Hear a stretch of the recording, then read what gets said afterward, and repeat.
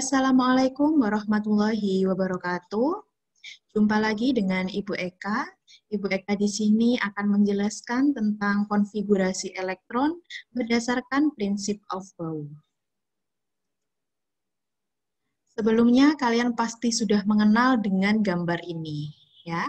Gambar apa ini?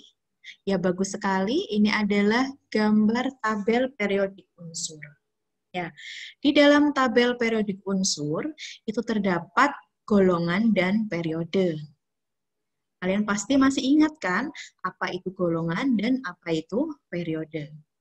Golongan itu adalah berbentuk kolom ya. Jadi yang berbentuk kolom itu disebut dengan golongan, sedangkan yang bentuknya baris itu disebut dengan periode.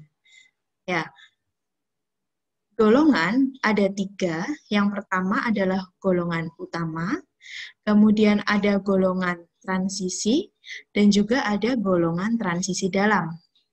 Golongan utama terdiri dari 8 golongan, yaitu mulai dari golongan 1A, golongan 2A, golongan 3A, golongan 4A, 5A, 6A, 7A, dan 8A.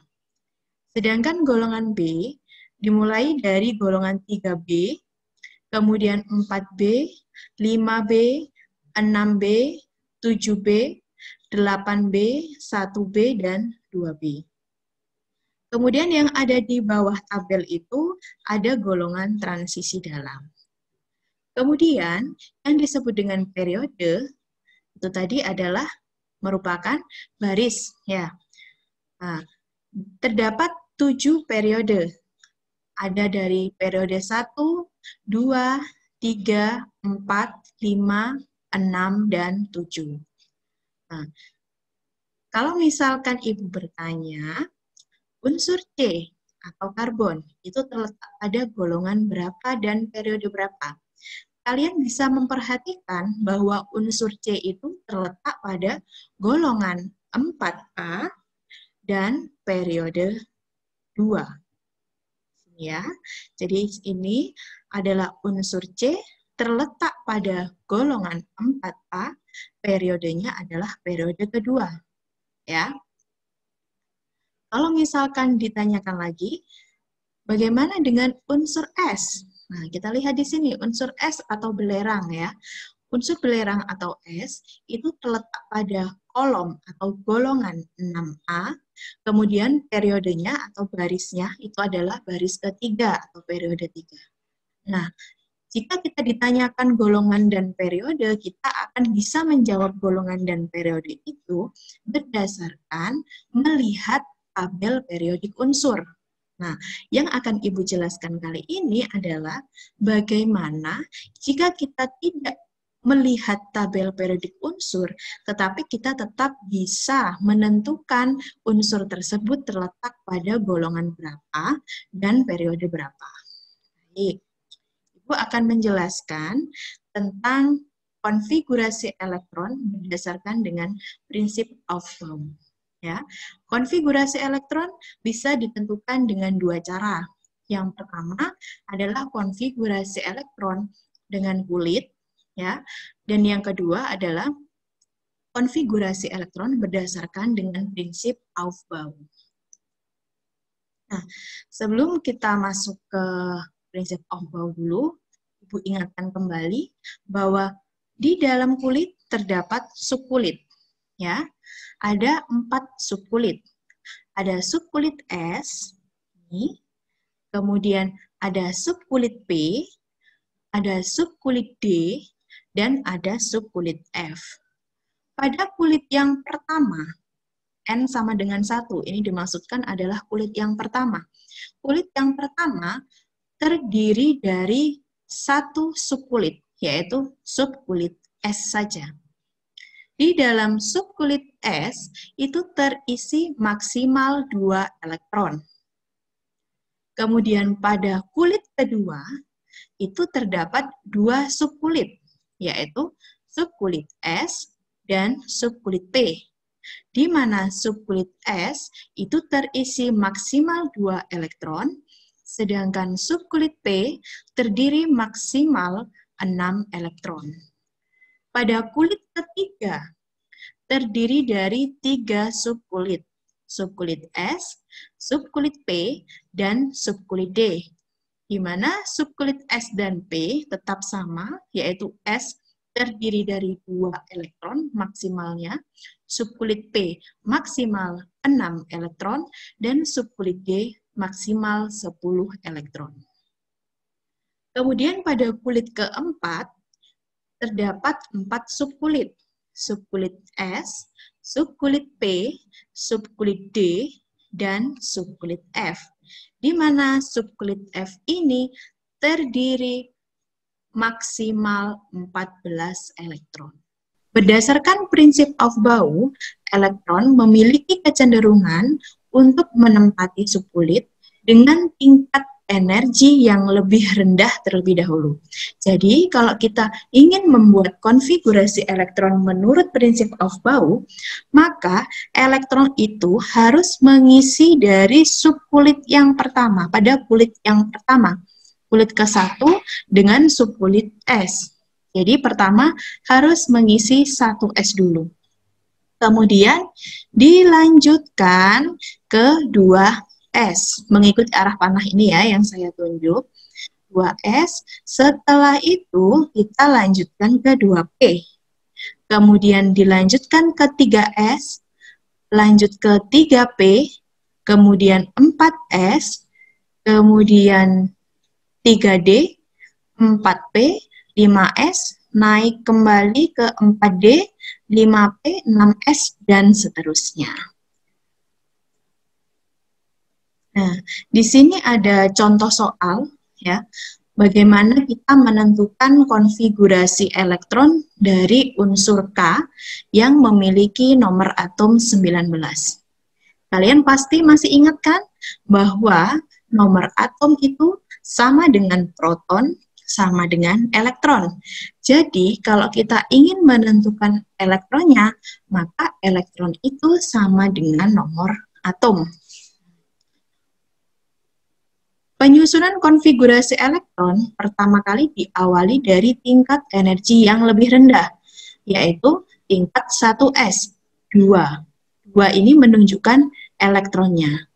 Kemudian dilanjutkan 2S2, karena subkulit S itu boleh terisi maksimal 2 elektron saja.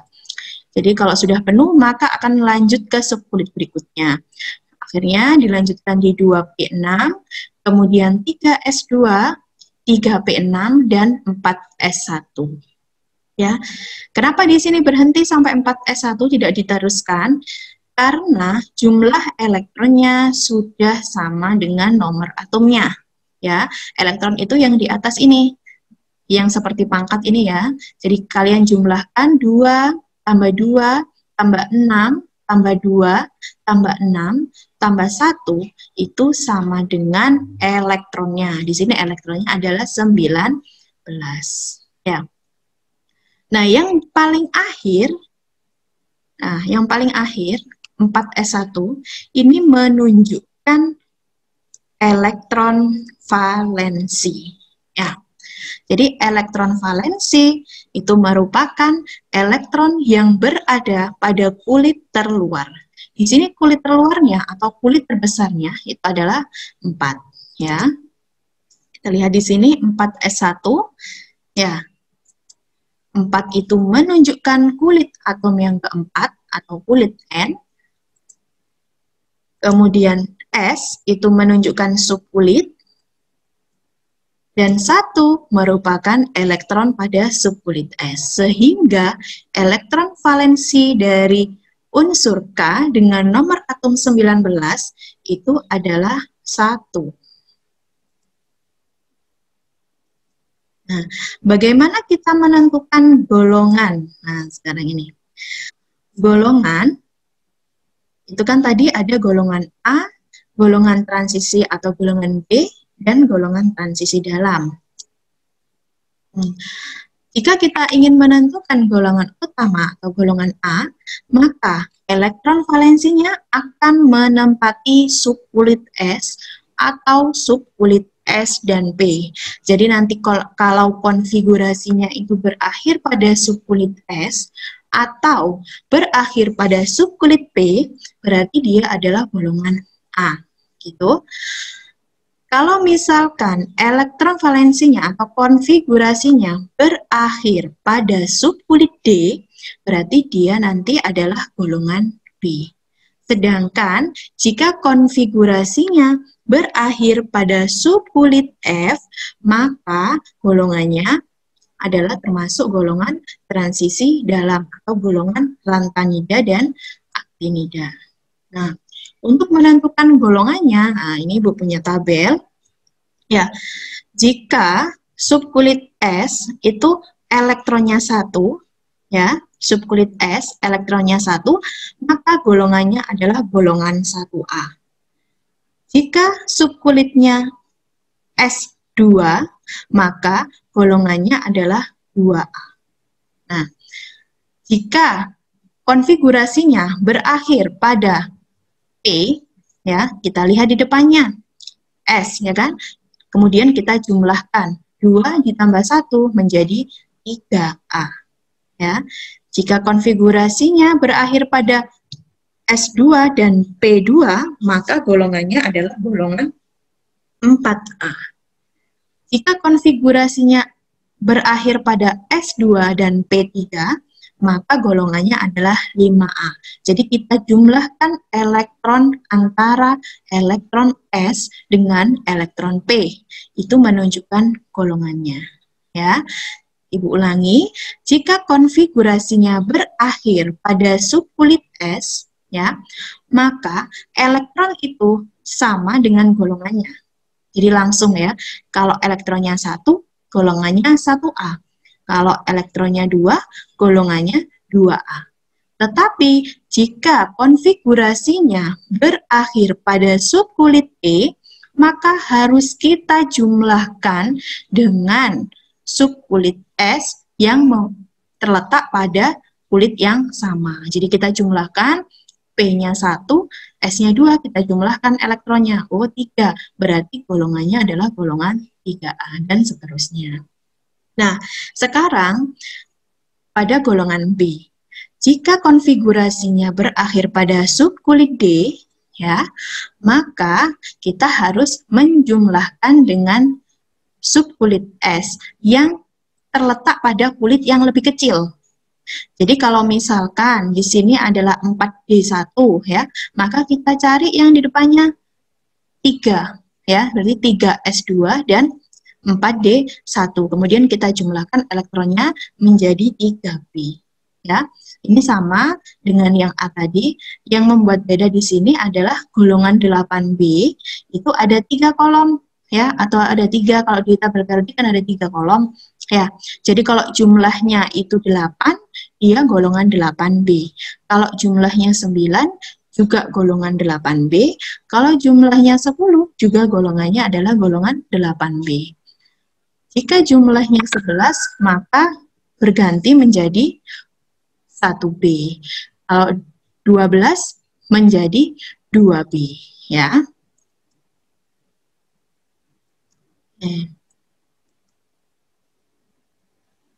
Sekarang bagaimana periodenya? Nah, jadi konfigurasi elemen itu sangat erat hubungannya dengan sistem periodik unsur, ya. Periode kita bisa menemukan periode adalah kulit terluar atau kulit terbesar pada konfigurasi elektron. Nah, pada soal yang tadi, pada unsur K yang memiliki nomor atom 19, ya, konfigurasinya berakhir pada 4S1, maka kulitnya atau kulit terbesarnya adalah kulit ke-4. Ya. Nah, jadi periodenya adalah periode 4.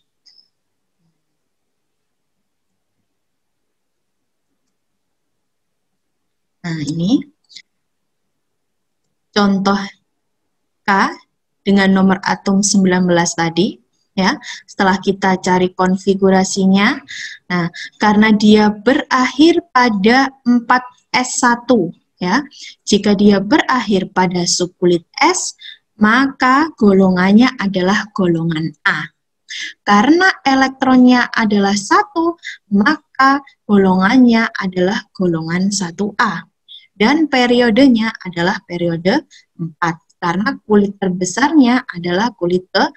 Sekian penjelasan dari Ibu Eka, semoga bermanfaat bagi kalian. Kurang lebihnya Ibu mohon maaf, saya akhiri. Assalamualaikum warahmatullahi wabarakatuh.